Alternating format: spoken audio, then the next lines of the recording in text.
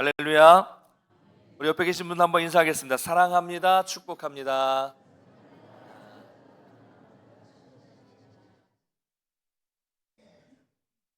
하나님은 남편 야곱의 사랑을 받지 못한 레아를 불쌍히 여겨 주시고 아들을 낳게 하셨어요.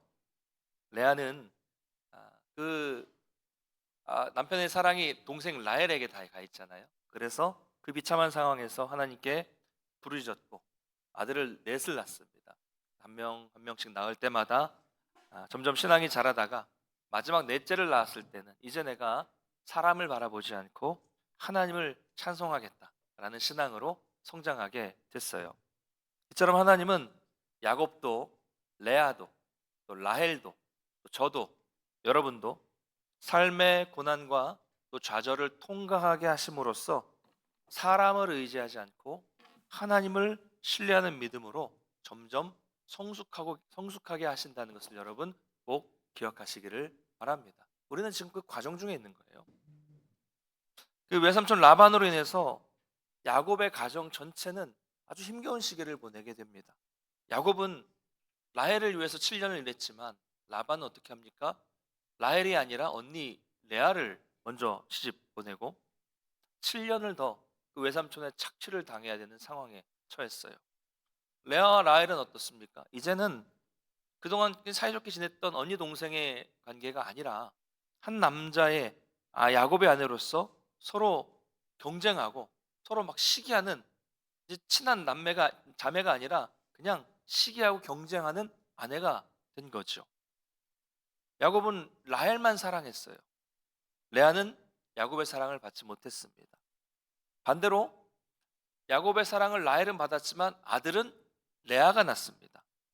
자, 그래서 남편의 사랑을 받지 못했던 레아가 라헬을 시기했겠죠. 시기하는 마음이 있었는데 그 레아가 아들을 먼저 낳게 되니까 이제는 라헬이 레아를 시기하게 되죠. 왜냐하면 라헬에게는 자녀가 없었기 때문입니다.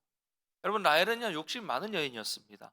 언니 레아하고 비교해 보면 야곱의 사랑을 독차지하고 있잖아요. 이게 최고잖아요. 가정에서 최고인데, 그런데 이제 레아가 아들을 넷이나 낳게 되니까 그 집안에 있는 이 집안에서의 레아의 위상이 점점 높아지게 되는 거예요. 하나, 둘, 셋, 넷을 낳게 되니까 사람들이 레아를 인정해 주는 거죠. 왜냐하면 고대에는 아들을 낳는 것이 최고였기 때문에 그렇습니다.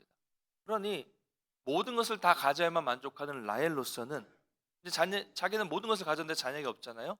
자녀만 있으면 자기가 모든 것을 다 가질 수 있다는 생각을 하면서 레아를 시기하게 된 것입니다. 그래서 어떻게 합니까? 우리 1절 한번 같이 읽어보겠습니다. 1절 같이 읽겠습니다. 시작.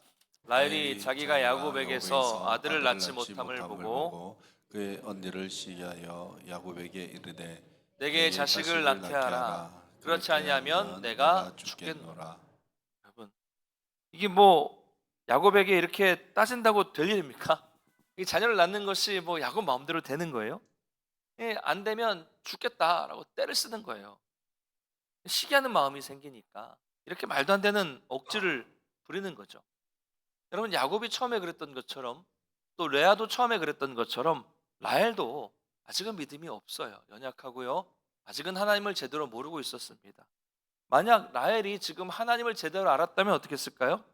사무엘의 어머니 아시죠? 한나처럼 하나님께 간절히 기도하고 하나님께 부르짖었겠지 남편에게 이렇게 막 생떼를 쓰지는 않았을 것입니다. 그때 야곱의 대답을 보겠습니다. 2절 같이 읽겠습니다. 야곱이 라헬에게 성을 내어 이르되 그대를 임신하지 못하게 하시는 이는 하나님이시니 내가 하나님을 대신하겠느냐. 아멘. 네. 정답이죠. 물론 이제 야곱의 태도는 잘못됐어요. 그렇게 막 때를 쓰는 아내에게 다독여야 되지. 여기 성경을 보면 성을 냈다고 해요. 그런데 야곱 뭐라고 말합니까? 모든 생명은 하나님께 달려 있다고 믿고 있었어요. 이것이 야곱의 신앙이었습니다. 그렇습니다. 여러분, 우리는 아브라함과 또 이삭, 사라와 리브가 이렇게 그 자녀들이 태어나는 것을 보면서 그들의 삶을 보면서 자녀가 태어나는 것은 우연이 아니라는 것, 자녀가 태어나는 것은 사고도 아니며 오직 하나님이 하시는 일이라는 것을 우리는 앞에서 살펴보았습니다. 여러분, 모든 생명은 하나님께 달려 있다는 것을 믿으시기를 바랍니다. 그러므로 지금 이 세상에 태어난 사람도 우연히 태어난 사람이 아니라 하나님의 놀라운 계획하심과 섭리 가운데 이 세상에 온 하나님의 걸작품, 작품이라는 것을 우리가 기억해야 합니다. 우리 옆에 계신 분들을 한번 이렇게 축복할까요? 당신은 하나님의 걸작품입니다. 별로 인정이 안 되시는 분도 있으실 것 같아요. 네, 인정이 안 되셔도 그렇게 축복해 주시고요. 한번 더 할까요? 당신은 특별한 존재입니다. 네. 네, 그렇게 막 비웃으시면서 그러시면 안 되고요. 네, 환하게 웃으면서 이렇게 말씀해 주시면 좋을 것 같아요. 여러분, 그러므로 우리는 이 세상에 사는 사람들은 하나님의 걸작품이자 하나님이 특별하게 만드신 존재이기 때문에 그들을 향해서 함부로 욕을 하거나 그 존재를 함부로 다루어서는 안 됩니다. 소중한 존재로 여겨주셔야 돼요. 교회 안에서만 그런 게 아니에요. 밖에서도 마찬가지입니다. 함부로 여기는 것은 심각한 범죄입니다. 라헬은 자신이 자녀를 낳을 수 없다는 것을 알고 대신 자신의 시종 빌하를 남편에게 보내죠. 어떤 일이 생각나십니까? 앞에서 있었죠? 사라가 자녀를 낳지 못하니까 몸종 하가를 아브라함에게 주어서 이스마엘을 낳게 한 사건이 떠오르게 됩니다. 여러분 보십시오. 시기심 때문에 막 화가 나는 거예요. 언니는 아들을 넷이나 낳았는데 난 아들을 낳지 못하니까 이런 엉뚱한 결정을 하게 되는 겁니다. 이게 정상적인 결정입니까? 근데 이 비라는 라헬이 기대한 대로 아들을 낳아줍니다. 그래서 그 이름을 단이라고 짓습니다. 재판하다라는 뜻이에요. 재판관이신 하나님께서 나의 억울함을 풀어주시려고 내 호소를 들어주셨다. 이런 의미로 단이라고 지은 겁니다. 억울함을 풀어주셨다는 거예요. 여러분 정말로 이 라헬의 억울함이 풀어졌을까요? 아니죠.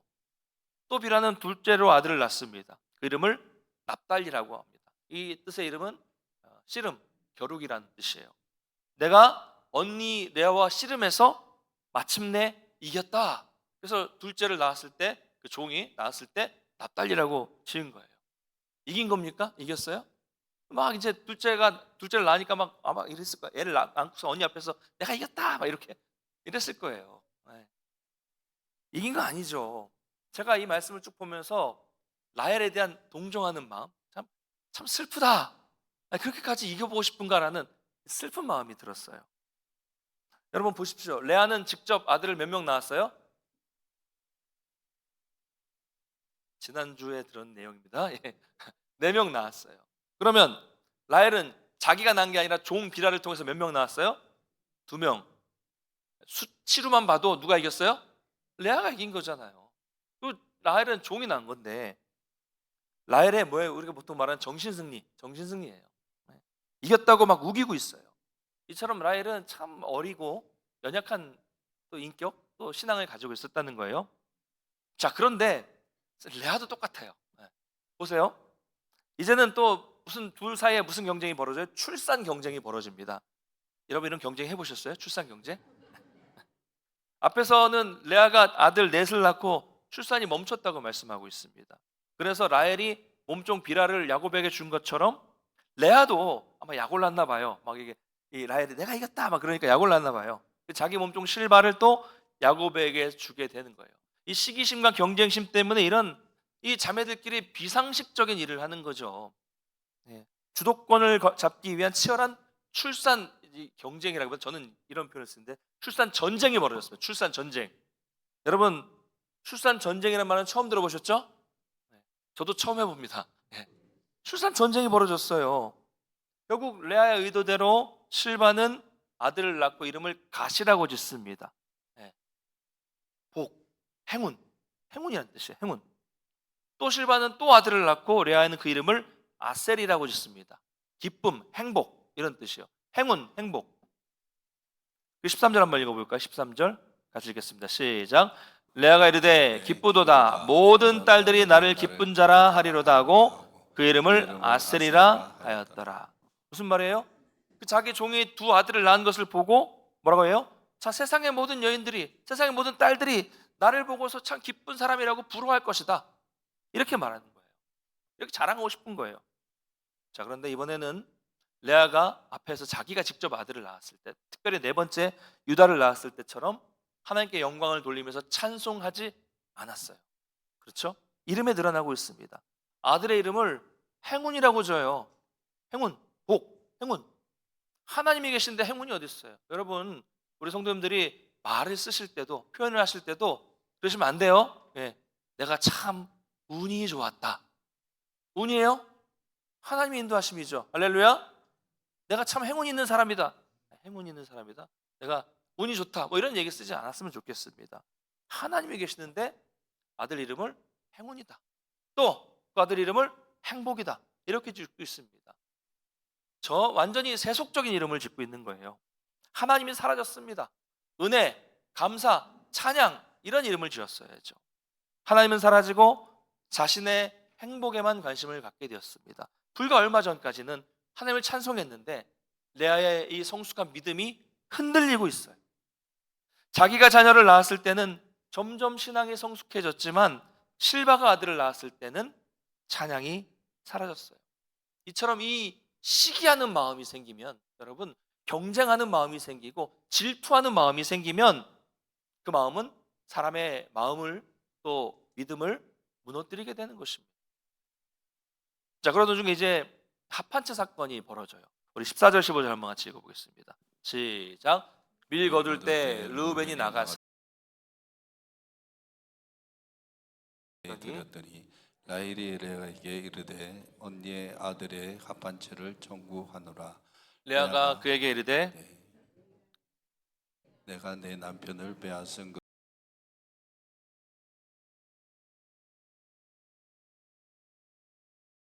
언니의 아들의 합한채 대신에 오늘 밤에 내 남편의 언니와 동침하리라 하니라. 자, 참 이해할 수 없는 이야기가 좀 벌어지고 있는데요. 이것을 이해하려면 먼저 합한채가 뭔가에 대해서 알아야 합니다. 합한채는 영어로 맨드레이크라고 기록되어 있고요. 라틴어로 만드라고라라고 이제 씁니다. 성경에 딱 두 번 나오는 단어인데요. 이제 이렇게 꽃이 있고 풀이 있고 밑에 뿌리가 있어요. 뿌리가 좀 커요. 그 뿌리가 모양이 이제 이렇게 팔이 있고 다리가 있는 것처럼 사람처럼 생긴 뿌리예요. 그러니까 쉽게 여러분이 자주 볼 수 있는 걸 생각하면 마치 사람의 모양처럼 손발이 있는 사람의 모양처럼 생긴 인삼 있죠? 큰 인삼, 수삼, 인삼을 생각하시면 될 것 같아요. 그런 모양의 뿌리가 합한채입니다.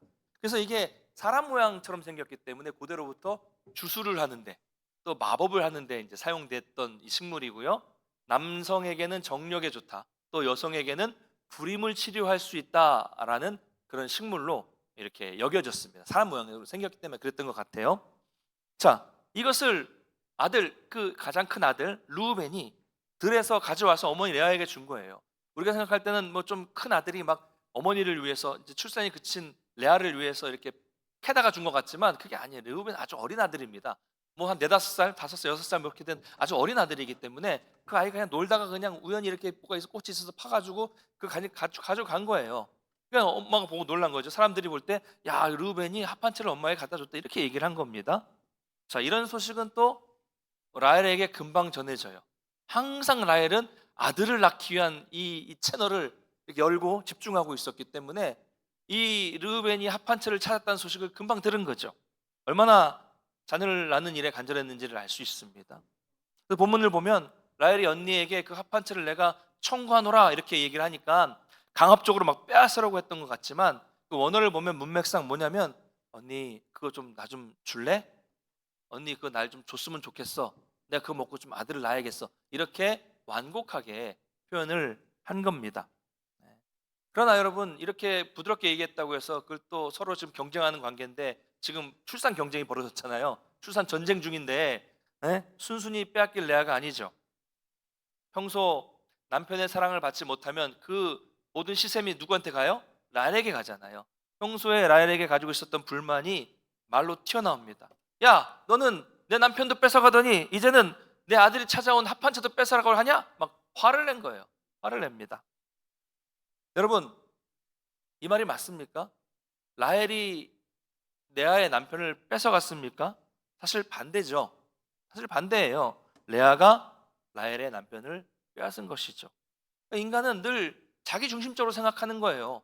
그렇게 야곱과 결혼하게 되면서 자기가 라헬 대신 결혼을 했으면서도 레아는 늘 생각에 사랑을 받지 못하니까 라헬을 내 동생이 제가 심하게 얘기 안 하겠습니다. 저희 내 남편을 뺏어갔어. 막 늘 이렇게 생각하고 살았던 거예요. 자기 중심적으로 생각한 거죠. 이때 라헬이 하는 말을 여러분 잘 보십시오. 뭐라고 말합니까? 언니, 합 한 채를 나에게 주면 오늘 밤 내 남편과 잘 수 있는데, 이러는 거예요. 자, 보십시오. 지금 레아와 이 라헬의 대화를 통해서 알 수 있는 사실 뭡니까? 자, 종합해 보면 지금 야곱은 전혀 레아를 찾지 않고 있었다는 것, 그리고 늘 라헬과 함께 지내고 있었다는 것을 알 수 있습니다. 또 한 가지는, 그리고 남편의 잠자리에 들 수 있는 모든 권한을 누가 가지고 있었다는 거예요? 라헬이 가지고 있었다. 모든 것을 다 꽉 쥐고 있었어요. 레아가 아들 넷을 낳고 더 이상 자녀를 낳을 수 없었던 이유는 갑자기 레아가 무슨 질병이 생겨서 불임이 생긴 것이 아닙니다. 야곱이 그 이후에 전혀 레아를 찾지 않았기 때문에 자녀를 낳을 수 없었던 거예요. 아까 말씀드린 대로 자녀 빼고 라헬은 이 집안의 모든 것을 다 가지고 있었습니다. 그러니 자녀를 얻기 위해서라면 무엇이라도 뭐든지 할 수 있는 사람이 바로 라헬이었던 거죠. 그래서 레아에게 합 한 채를 달라고 하고, 그거를 뭐 먹든지 뭐 어떻게 하는지 모르겠어요. 뭐 삶아 먹든지 구워 먹든지 뭔지 모르겠지만 그걸 먹고 자기가 아들을 낳기를 원했고, 그 합 한 채를 달라고 하고 대신에 레아가 야곱과 잠자리를 하도록 허락해 준 것입니다. 여러분, 어쩌다가 이 사이좋은 자매가 이렇게 됐을까요? 한 남자를 두고 치열하게 경쟁하고 있습니다. 서로 시기하고 막 서로 싸우고 있어요. 여러분, 근데 이것이 인간의 연약함이죠. 인간은 늘 그렇습니다. 세상을 보십시오. 시기하고 싸우고 다투고 빼앗고 미워하고, 이것이 인간이에요. 그러나 하나님은 이런 인간의 부족함, 이런 인간의 연약함에도 불구하고 선을 이루어 가신다는 것을 성경은 보여주고 있는 것입니다. 보십시오. 얼마나 복잡해요. 야곱은 지금 얼마나 머리가 아프겠어요. 제가 야곱 같은 상황이면 머리 아파서 못 살 것 같아요. 예? 레아하고 라헬이 싸우죠. 거기다가 또 두 사람의 몸종들까지도 막 와가지고 아들을 낳고 막, 이 정리되지 않은 이런 복잡한 상황 속에서 인간은 정리할 수 없어요. 그런데 하나님은 12아들을 낳게 하셨고, 결국 그 12아들로부터 이스라엘의 12지파를 이루게 하셨습니다. 놀라운 일이 벌어진 거잖아요. 지금 야곱 몰라요. 레아도 무슨 일이 벌어지는지 몰라요. 라헬도 모르고 여종들도 모릅니다. 그들은 그냥 각자 자기 생각에, 자기 옳은 대로, 자기 시기심 때문에 이런 일을 그냥 벌이고 있었던, 서로 막 싸우고 다투고 이렇게 일을 벌이고 있었어요. 그럴 뿐이었습니다. 그런데 거기에는 선하신 하나님의 인도하심이 있었다는 것이죠. 여러분, 그러므로 여러분, 우리는 지금의 상황을, 여러분에게 주어진 이 상황들을 마음대로 여러분이 판단하지 말아야 합니다. 우리 삶 속에 일어나는 이 삶의 일들을 쉽게 판단해서는 안 됩니다. 하나님께서 그저 자기 마음대로 살아가는 이 사람들을 통해서 12지파를 이루신 것처럼, 비록 인간은 악한 결정을 내리고 지금도 자기 마음대로 살아가고 있지만 하나님은 그 가운데서도 하나님의 계획을 이루시고 놀라운 역사를 이루고 계신다는 사실을 여러분 믿으시길 바랍니다. 이것이 바로 하나님의 능력이죠. 인간이 잘해서가 아니라 하나님의 능력이 있으시기 때문에 이렇게 할 수 있는 것입니다. 하나님은 지금도 저와 여러분의 삶 속에 간섭하시고 섭리하고 계십니다. 할렐루야. 그러니까 우리가 그 하나님을 믿고 그 하나님의 말씀을 따르는 거잖아요. 그러니까 하나님이 지금도 섭리하시니까 우리가 하나님을 따르는 겁니다. 여러분, 언제나 우리를 선한 길로 이끌어 가시는 하나님을 온전히 신뢰하시기를 주님의 이름으로 축원합니다. 자, 이렇게 해서 이제 합 한 채 대신에 레아가 야곱과 함께 이제 해서 이 두 아들과 딸 하나를 더 얻게 됩니다. 자, 여러분 보십시오. 레아가 합 한 채를 빼앗겼잖아요. 불임 치료제라고 하는 합 한 채를 빼앗겼는데, 빼앗아간 라헬이 자녀를 낳은 게 아니라 빼앗긴 레아가 자녀를 낳았어요. 성경은 합한 채 때문에 자녀가 생긴 것이 아니라는 것을 분명히 말씀해 주고 있는 겁니다. 그래서 레아가 아들을 낳고 그 이름을 이사갈이라고 합니다. 하나님께서 대가를 주셨다. 무슨 말이에요? 내가 내 종을 남편에게 보냈더니 또 그동안 내가 아프고 슬프고 괴로움 가운데 있었는데 하나님께서 그동안 고통스러운 마음들을 갚아주셔서 나를 치유해 주셨다. 이렇게 고백하고 있어요. 또 아들을 낳습니다. 그 다음 아들의 이름을 또 스불론이라고 합니다. 후한순머리라는 뜻인데요. 하나님이 나에게 선물로 아들을 6이나 주셨으니 이제는 남편이 나를 인정해 줄 것이다. 이런 의미로 스불론이라고 이름을 지었습니다. 이렇게 아들들의 이름에도 사랑받지 못한 레아의 마음이 드러나 있죠. 그리고 또 유일하게 기록된 딸 디나를 얻게 됩니다. 자, 아들을 또 낳았어요. 여러분 이쯤 되면 참 또 라헬이 불쌍해지죠. 전에는 레아가 불쌍했는데 이제는 또 라헬이 불쌍해져요. 자녀가 없는 라헬의 마음이 얼마나 슬프겠습니까? 당시의 결혼은 오늘날과 다르게 아들을 낳아서 대를 잇는 것이 제일 중요했어요. 결혼은 고대에는. 근데 라헬은 다 가졌는데 아들이 없었습니다. 남편을 독차지하고는 있었지만 어찌 보면 늘 마음에는 이 근심을 가지고 있었던 사람이에요. 여러분 라헬은요 아들을 낳기 위해서라면 할 수 있는 방법을 다 써봤습니다. 심지어는 어떻게 했어요? 합한 채를 언니에게서 빼앗아서 그 먹으면 이제 임신할 수 있다고 생각하니까 그걸 빼앗아 가지고 그 대가로 남편을 언니에게 주면서까지도 노력을 했어요. 여러분 합한 채를 빼앗아 왔지만 내 남편이 다른 여자에게 가요. 세상에 어떤 여자가 마음 편하게 잘 수 있겠습니까? 그런데도 아들을 얻기 위해서라면 내 남편을 언니에게 보내서라도 내가 그거를 합한 채를 가지고 어떻게 해서든 내가 아들을 얻겠다 이런 강한 의지를 가지고 있었던 거지요. 쓸 수 있는 방법은 다 써봤어요. 이것저것 다 써봤는데 합한 채를 먹고 또 남편을 언니에게 줘봤는데도 그래도 안 돼요. 안 됐습니다. 그러면 여러분 사람이 어떻게 됩니까? 보통 체념하죠. 낙심하게 되고 좌절하게 됩니다. 시간이 갈수록 좌절하게 돼요. 아, 나는 안 되나 보다. 기가 꺾이죠.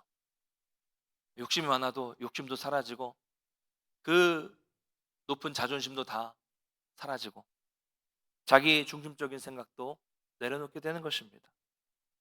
근데 그냥 그렇게 자포자기하고 한탄하며 사는 것은 원망하며 사는 것은 이것은 신앙인의 모습이 아닙니다.